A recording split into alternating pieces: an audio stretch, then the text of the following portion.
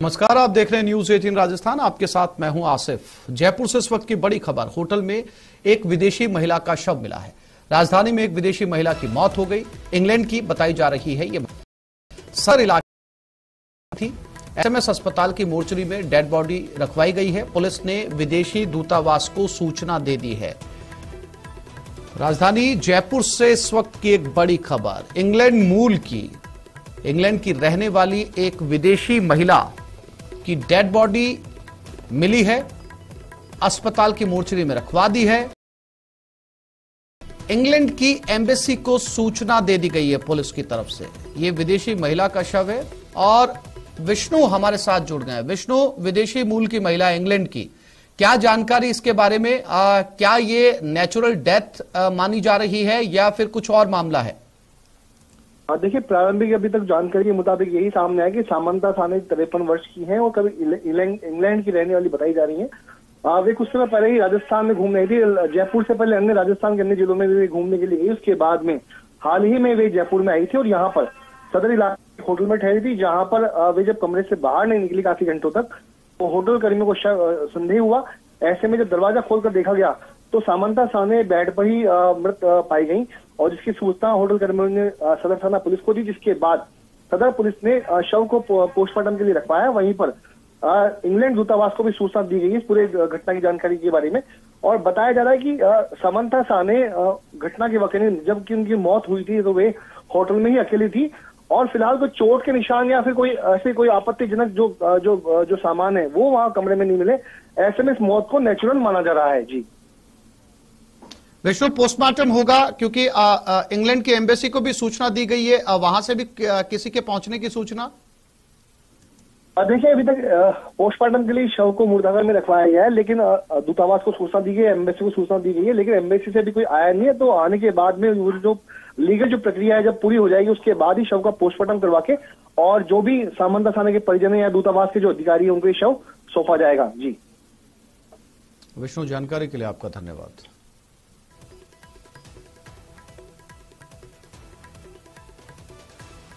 जोधपुर के फलोदी क्षेत्र में मंडला गांव में पानी में फिसलने के बाद एक बच्ची पानी के टांके में गिर गई। हादसे के बाद अफरा तफरी मच गई। बालिका को बचाने के लिए पड़ोसियों ने लोहे की सीढ़ी लगाई। इस दौरान सीढ़ी विद्युत लाइन को छू गई और अचानक करंट फैल गया। हादसे में 2 लोगों की करंट लगने से मौत हो गई और बालिका की भी पानी में डूबने से मौत हो गई। हादसे में 5 लोग घायल हुए हैं, जिन्हें प्राथमिक उपचार के बाद जोधपुर रेफर कर दिया गया है। इनमें से 2 की हालत गंभीर बताई जा रही है। सूचना मिलते ही पुलिस अधिकारी मौके पर पहुंचे और बिजली सप्लाई बंद करवाई। शवों को अस्पताल की मोर्चरी में रखवा दिया है। यानी एक लड़की की जान बचाने के चक्कर में 2 लोगों की मौत हो चुकी है। बाकी के लोग गंभीर रूप से अस्पताल में भर्ती हैं और उस बच्ची की भी मौत हो चुकी है।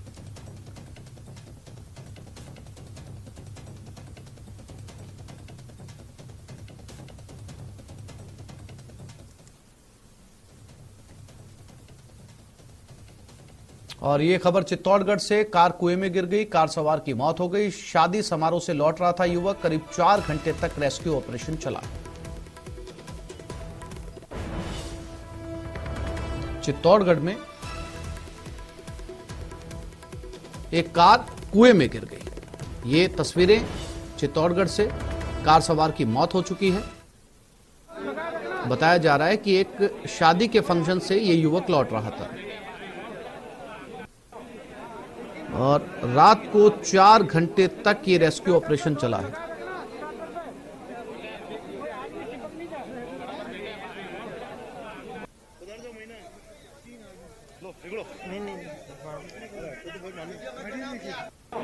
और अब बात सवाई माधोपुर की, जहां शुद्ध के लिए युद्ध अभियान के तहत कार्रवाई की जा रही है। खाद्य सुरक्षा टीम ने जब सवाई माधोपुर रेलवे स्टेशन पर कार्रवाई की तो प्लेटफॉर्म नंबर 4 से करीब 250 पोटलियों में 100 क्विंटल से ज्यादा मावा पकड़ा गया। दरअसल मुखबिर से सूचना मिली थी कि आगरा और मथुरा से ट्रेन से हर दिन बड़ी मात्रा में मिलावटी मावा सवाई माधोपुर पहुंचाया जा रहा है। मुखबिर तंत्र की सूचना के आधार पर आज रेलवे स्टेशन पर कार्रवाई की गई और 100 क्विंटल से ज्यादा मावा पकड़ा गया। हालांकि खाद्य सुरक्षा टीम ने ना तो पुलिस को सूचना दी और ना ही मावा जब्त किया।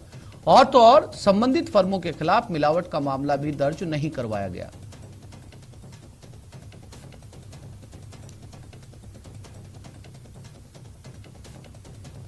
ये तस्वीरें सवाई माधोपुर की हैं। रेलवे स्टेशन पर ये नकली मावा पहुंचाया जा रहा था। मावा 250 पोटली है, जिनमें लगभग 100 से 125 कुंटल मावा है। और इसमें सबसे ज़्यादा है जो विजय मावा है, जिसकी 125 है। राहुल मावा है, उसकी 47 है। बाकी के किसी के 20 है, किसी के 7 है, किसी की 40 है। इस तरीके की 250 पोटली है। और ये हमने 8-10 दिन से हमारे जो सूचना तंत्र है उसको हमने अलर्ट कर रखा था। तो आज सूचना मिली कि आज बड़ी मात्रा में मावा उतरेगा।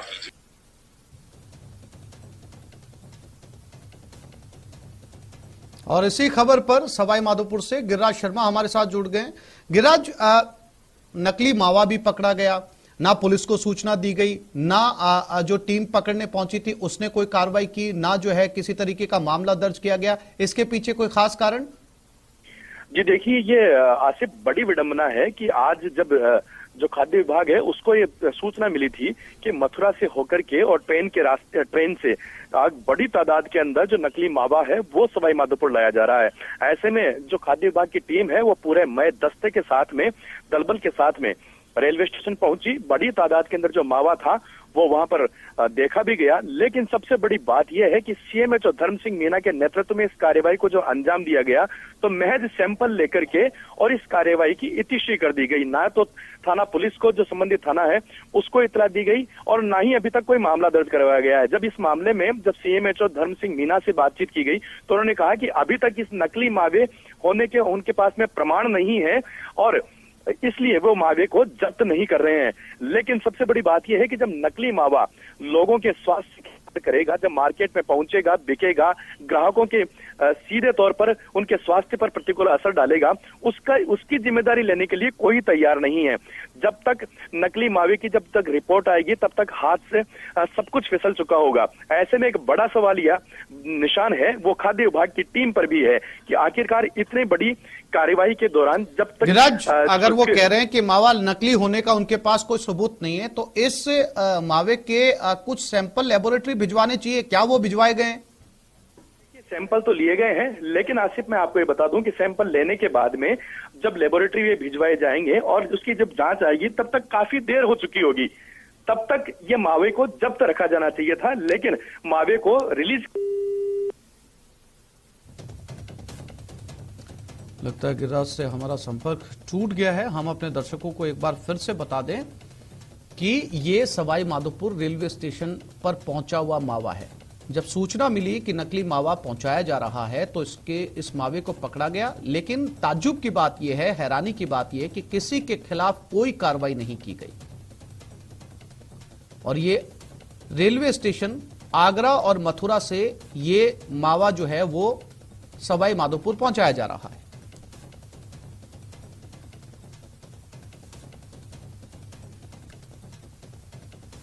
और कर्नाटक के रण में सीएम अशोक गहलोत। सीएम गहलोत के कर्नाटक दौरे का आज तीसरा दिन है। आज बेंगलुरु से हुबली जाने का कार्यक्रम है। हुबली में कांग्रेस प्रत्याशी के समर्थन में वोट मांगेंगे, कांग्रेस कार्यकर्ताओं से संवाद करेंगे। गहलोत कर्नाटक से दोपहर बाद राजस्थान पहुंचेंगे।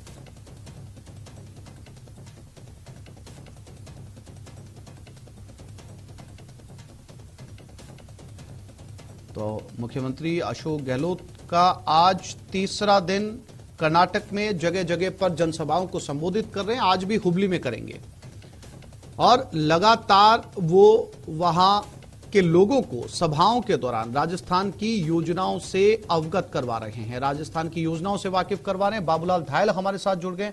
बाबूलाल, सीएम गहलोत का आज कर्नाटक में तीसरा दिन है, साथ ही साथ आज उनका जन्मदिन भी है और आज ही उनको वापस राजस्थान भी लौटना है। क्या कुछ कार्यक्रम रहने वाला है?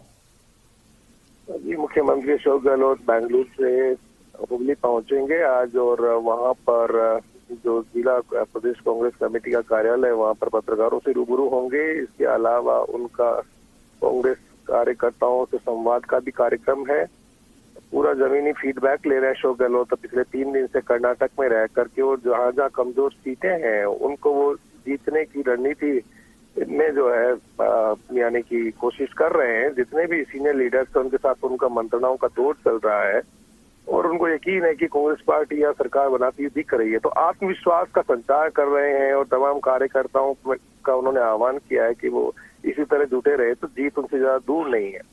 आज मुख्यमंत्री अशोक गहलोत का जन्मदिन भी है और वो दोपहर बाद में सीधे उदयपुर पहुंचेंगे, जहां पर उनका कोटड़ा जाने का कार्यक्रम है। वहां पर वो आदिवासियों के बीच में अपना जन्मदिन मनाएंगे। इसके अलावा जो महंगाई राहत शिविर है उनका अवलोकन करेंगे और आम जनता के बीच में जाकर देखेंगे कि जिस तरह सरकार ने राहत की गारंटी दी है उसका लाभ धरातल पर किस तरह से मिल रहा है। तो जन्मदिन के मौके पर भी आज वो खासे व्यस्त रहने वाले हैं। प्रधानमंत्री नरेंद्र मोदी ने भी उन्हें जन्मदिन की बधाई दी है और देश प्रदेश के जो बड़े नेता हैं वो उनको फोन करके और मैसेज करके उनकी दीर्घायु की कामना कर रहे हैं। अशोक गहलोत 72 साल के हो गए आज और पिछले 5 दशक से राजस्थान की राजनीति में वो सक्रिय हैं और एक बार फिर से कांग्रेस पार्टी में उनकी जो मजबूती है उसका लोहा सब मानकर चल रहे हैं और बाबूलाल, अशोक गहलोत ने जितनी भी जनसभाओं को संबोधित किया है उस दौरान राजस्थान की योजनाओं का खूब वहां पर जो है उन्होंने चर्चा की है। और साथ ही साथ बाबूलाल, आपसे बातचीत करते हुए मुख्यमंत्री ने कहा कि अगर ये सारी योजनाएं, राजस्थान की जो योजनाएं हैं जिनसे आमजन को फायदा पहुंचा, अगर ये कर्नाटक लागू करता है या कर्नाटक में उनकी सरकार आएगी तो वो योजनाएं लागू करेंगे। कर्नाटक चूंकि कंपैरेटिवली राजस्थान के मुकाबले अमीर राज्य है, आर्थिक स्थिति बढ़िया है, तो वहां के लोगों को ज्यादा फायदा होगा। इन योजनाओं पर बात कर रहे हैं लोग वहां पर? बिल्कुल कर रहे हैं। और कल जब हम मैंगलोर नॉर्थ विधानसभा सीट पर मुख्यमंत्री अशोक गहलोत के साथ पहुंचे थे, जहां पर इनायत अली के पक्ष में उन्होंने जनसभा संबोधित की थी, तो वहां पर भी अशोक गहलोत के फोटो, तस्वीरें और पोस्टर नजर आ रहे थे। राजस्थान की जो स्कीम्स हैं उनका यानी कि प्रदर्शन किया जा रहा था, लोगों को बताया जा रहा था कि राजस्थान की सरकार ने क्या क्या काम किए हैं। ये सारी चीजें जो है यहाँ पर भी हो सकती हैं अगर यहाँ पर कांग्रेस की सरकार बनती है तो। चर्चा है और इस चर्चा को मुख्यमंत्री अशोक गहलोत ने भी और ज्यादा जो है इसको यानी कि आवाज दी। यहाँ आने के बाद में उन्होंने यहाँ की जनता से जहाँ भी वो रूबरू हुए उन्होंने बताया कि राजस्थान की सरकार ने गरीबों के लिए, लोक कल्याण के लिए जो काम किया है वो अद्भुत है और उन्होंने सरोकारों की राजनीति करने का वक्त आ गया है। और जुमलों की पार्टी वो बता रहे थे बीजेपी को कि वो सरोकारों से कोई वास्ता नहीं रहता उनका और बीजेपी की जो है वो आपस में बांटने की सियासत करती है, उनको लोगों की भलाई के लिए काम करना चाहिए। तो वो मुद्दों की सियासत चाहते हैं।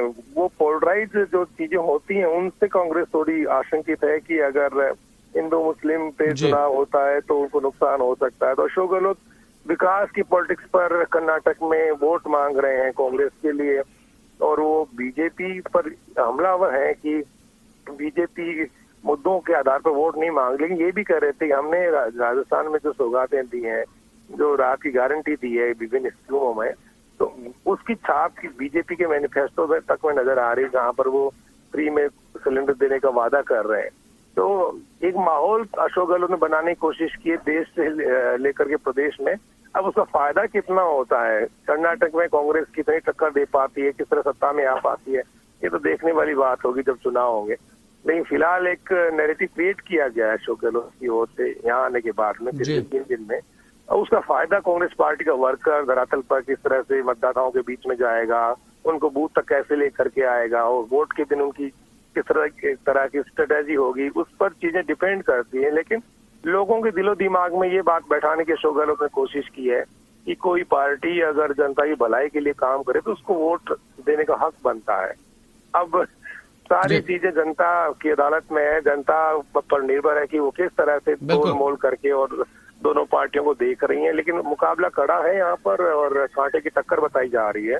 जो पार्टी आखिर तक मैदान में जमी रहेगी, कार्यकर्ताओं को साथ लेकर के जो ज्यादा से ज्यादा वोट डलवाएगी उसकी जीत निश्चित है। राजस्थान लौटने के बाद बाबूलाल क्या कार्यक्रम रहने वाला है, क्योंकि आज ही राजस्थान भी लौट रहे हैं? दोपहर बाद में सीधे हुबली से उनका उदयपुर जाने का कार्यक्रम है, क्योंकि अशोक गहलोत हमेशा से अपने जन्मदिन को गरीबों के बीच में मनाते आए हैं। पहले भी वो शहरी आदिवासियों के बीच में गए थे कई मरतबा। आज वो उदयपुर डिवीजन में जो कोटड़ा है, झाड़ोल है, उस इलाके में जाएंगे और आदिवासी समुदाय को यह एहसास कराने की कोशिश करेंगे कि मैं आपके बीच का हूँ और मैं हमेशा जो गरीब हैं, वंचित हैं, दलित हैं, पिछड़े हैं, आदिवासी, उनकी हमेशा फिक्र करता रहा हूँ। और जो उन्होंने इस बार काम किए हैं, जो योजनाएं दी हैं, उनका वो असर देखेंगे कि क्या यकीनन लोगों को फायदा मिल रहा है या नहीं मिल रहा है, दिक्कतें कहाँ पेश आ रही हैं। तो आम लोगों से मुलाकात भी करेंगे, दूर दराज के जंगलों में रहने वाले आदिवासियों से भी वो बात करेंगे और जानेंगे कि किस तरह से दिक्कतें क्या क्या पेश आ रही हैं और फायदा किस तरह से लोगों को मिल रहा है। बनाए रखिएगा, अपडेट आपसे इस दौरे को लेकर लेते रहेंगे। फिलहाल तमाम जानकारी के लिए आपका धन्यवाद।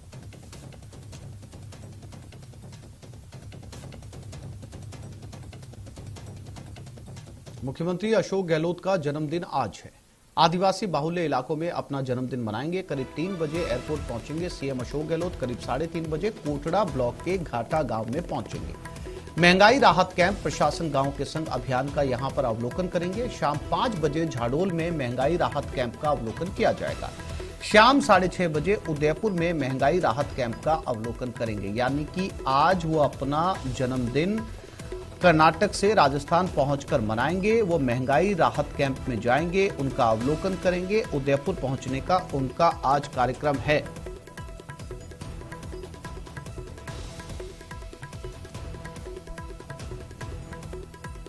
और आज मुख्यमंत्री अशोक गहलोत का हैप्पी वाला बर्थडे है। आज वो अपना 72वां जन्मदिन मनाएंगे। ये साल इसलिए भी खास है क्योंकि इस साल राजनीतिक सफर में भी गहलोत ने हाफ सेंचुरी पूरी कर दी है, यानी कि 50 साल। देखते हैं इस रिपोर्ट में।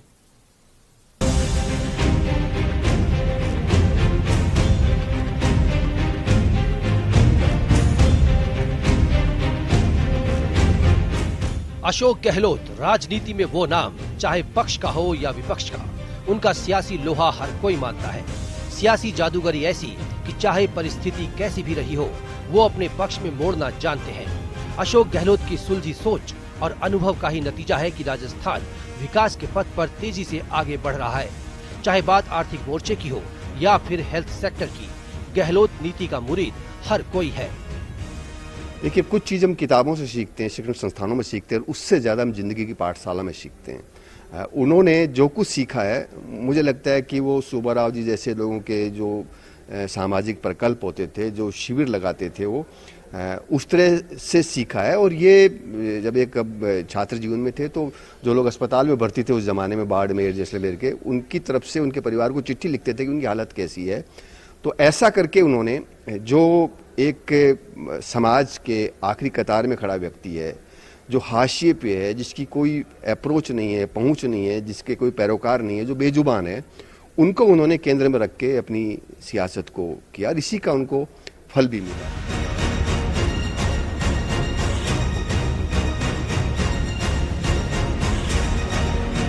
अशोक गहलोत का जन्म 3 मई 1951 में सूर्यनगरी जोधपुर में हुआ। पिता लक्ष्मण सिंह गहलोत जादूगर थे। अशोक गहलोत ने विज्ञान और कानून में ग्रेजुएशन पूरा करने के बाद अर्थशास्त्र में पोस्ट ग्रेजुएशन किया।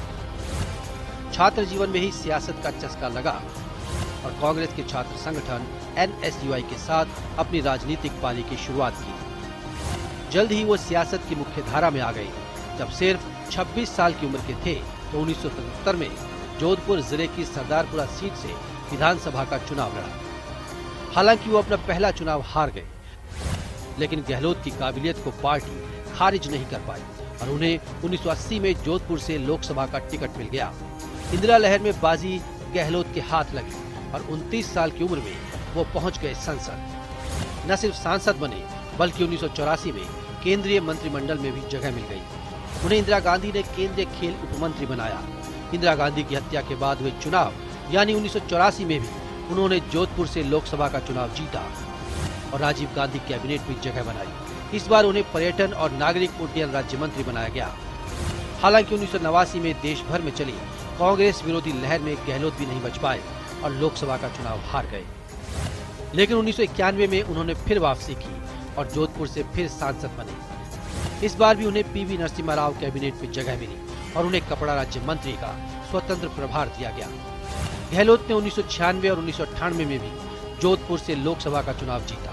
कुछ लोगों को विरासत में सियासत मिलती है, उनकी भाग्य रेखा विरासत लिखती है। अशोक गहलोत एक ऐसे नेता है जिन्होंने सियासत की तल्ख जमीन पे अपने हाथों से किस्मत की कहानी उकेरी है।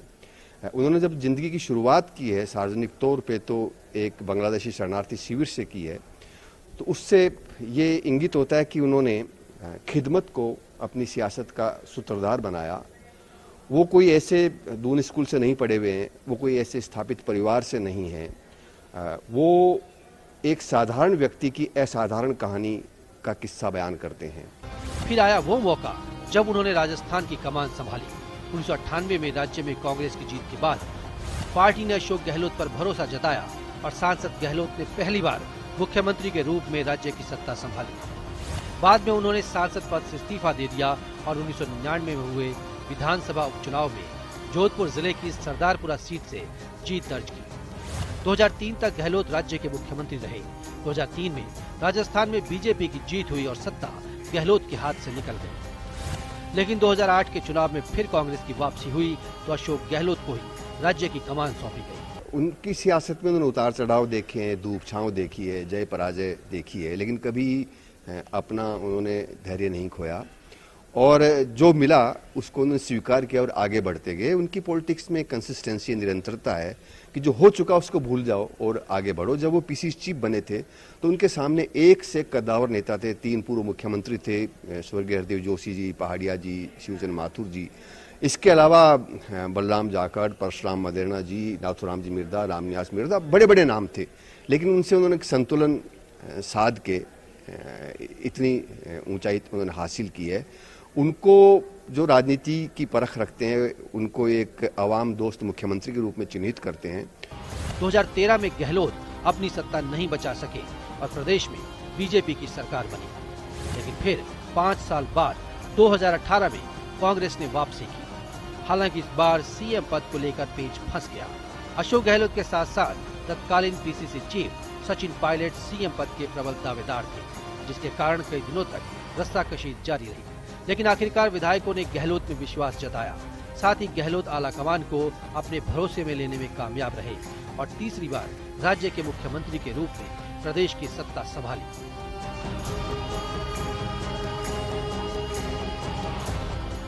गहलोत की छवि बेदाग है और इसे उनके विरोधी भी मानते हैं। अपनी छवि को लेकर वो बेहद सजग भी रहते हैं। यही वजह है कि आज तक उन पर कोई बड़ा आरोप नहीं लगा। इसे अशोक गहलोत का जादू ही कहा जाएगा कि जिस राज्य में क्षत्रिय, जाटों और ब्राह्मणों का वर्चस्व हो, वहां माली जाति के इस नेता ने अपनी गहरी पैठ बनाई है। जयपुर से न्यूज़ 18 राजस्थान के लिए राकेश शर्मा की रिपोर्ट।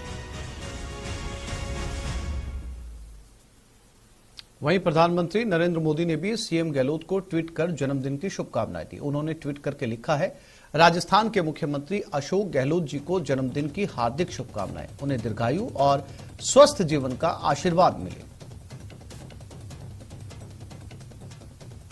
प्रधानमंत्री नरेंद्र मोदी ने मुख्यमंत्री अशोक गहलोत के जन्मदिन पर ट्वीट करके उन्हें शुभकामनाएं दी हैं। उन्होंने लिखा, राजस्थान के मुख्यमंत्री को जन्मदिन की हार्दिक शुभकामनाएं। उन्हें दीर्घायु और स्वस्थ जीवन का आशीर्वाद मिले। ये है प्रधानमंत्री नरेंद्र मोदी का ट्वीट मुख्यमंत्री अशोक गहलोत के जन्मदिन के मौके पर।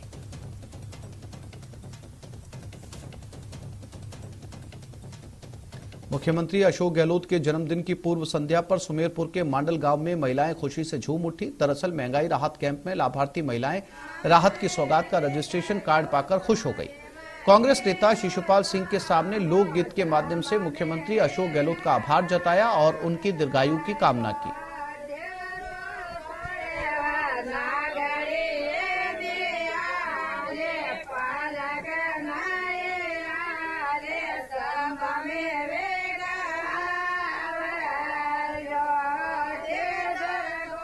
दौसा में बीजेपी का विरोध प्रदर्शन। महंगाई राहत कैंप में पीएम विरोधी वीडियो चलने का मामला।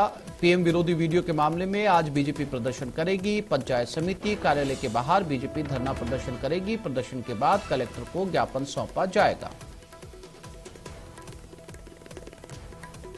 तो महंगाई राहत कैंप में ये पीएम विरोधी वीडियो चलाया गया था और इसी को लेकर बीजेपी आज प्रदर्शन करने जा रही है।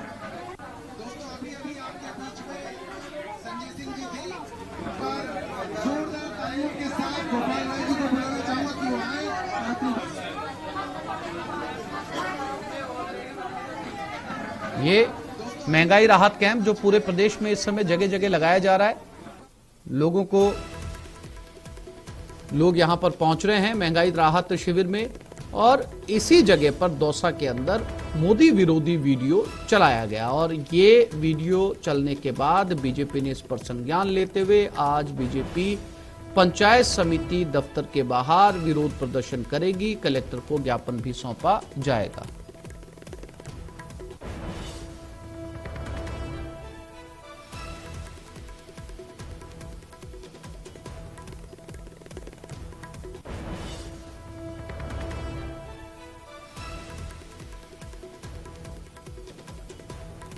दौसा में ये वीडियो चला था जब लोग यहां पर महंगाई राहत शिविर में पहुंच रहे थे अपना अपना रजिस्ट्रेशन करवाने के लिए पंचायत समिति दफ्तर के बाहर। और दौसा से आशीष हमारे साथ जुड़ गए, उनसे बात करते हैं। क्या प्रदर्शन आज का रहने वाला है बीजेपी का, और कौन लीड कर रहा है आशीष से दौसा में आज?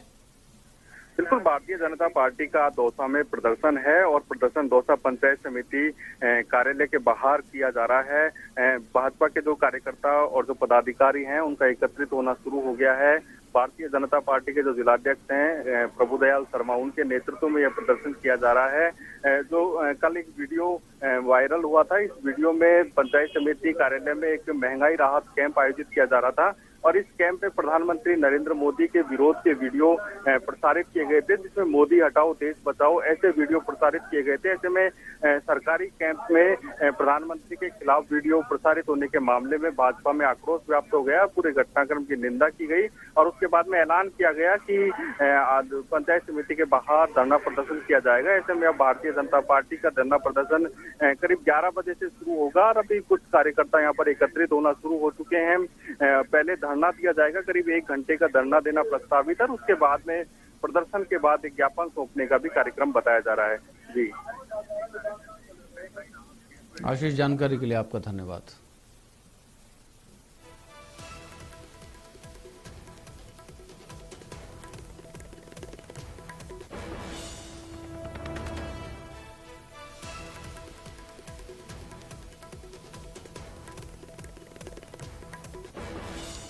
महंगाई राहत कैंप में पीएम विरोधी वीडियो चलाने पर नेता प्रतिपक्ष राजेंद्र राठौड़ ने सरकार पर निशाना साधा है। उन्होंने ट्वीट करके लिखा है, महंगाई राहत कैंपों में प्रसारित हो रहे इस वीडियो के माध्यम से माननीय प्रधानमंत्री श्री नरेंद्र मोदी जी के विरुद्ध प्रोपेगेंडा चलाना बेहद दुर्भाग्यपूर्ण है और कांग्रेस की निकृष्ट मानसिकता को प्रदर्शित करता है। लगता है मोदी जी की लोकप्रियता कांग्रेस को रास नहीं आ रही।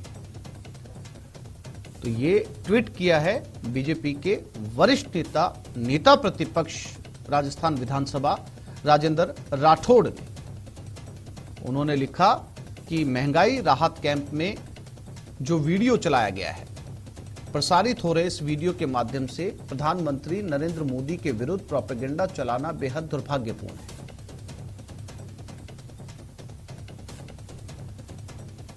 कांग्रेस ने अपने घोषणा पत्र में बजरंगबली के भक्तों की तुलना पीएफआई जैसे आतंकी संगठन के कार्यकर्ताओं से की है, जो बेहद शर्मनाक है। इस तुष्टीकरण की नीति का जवाब कर्नाटक की जनता कांग्रेस को अवश्य देगी। संकट कटे मिटे सब पीरा, जो सुमिरे हनुमत बलबीरा। ये पूर्व सीएम, पूर्व मुख्यमंत्री वसुंधरा राजे ने इसे ट्वीट किया है। तो उन्होंने लिखा, कर्नाटक की जनता कांग्रेस को जरूर जवाब देगी। साथ ही साथ उन्होंने हनुमान चालीसा की 2 पंक्तियां भी यहां पर लिखी।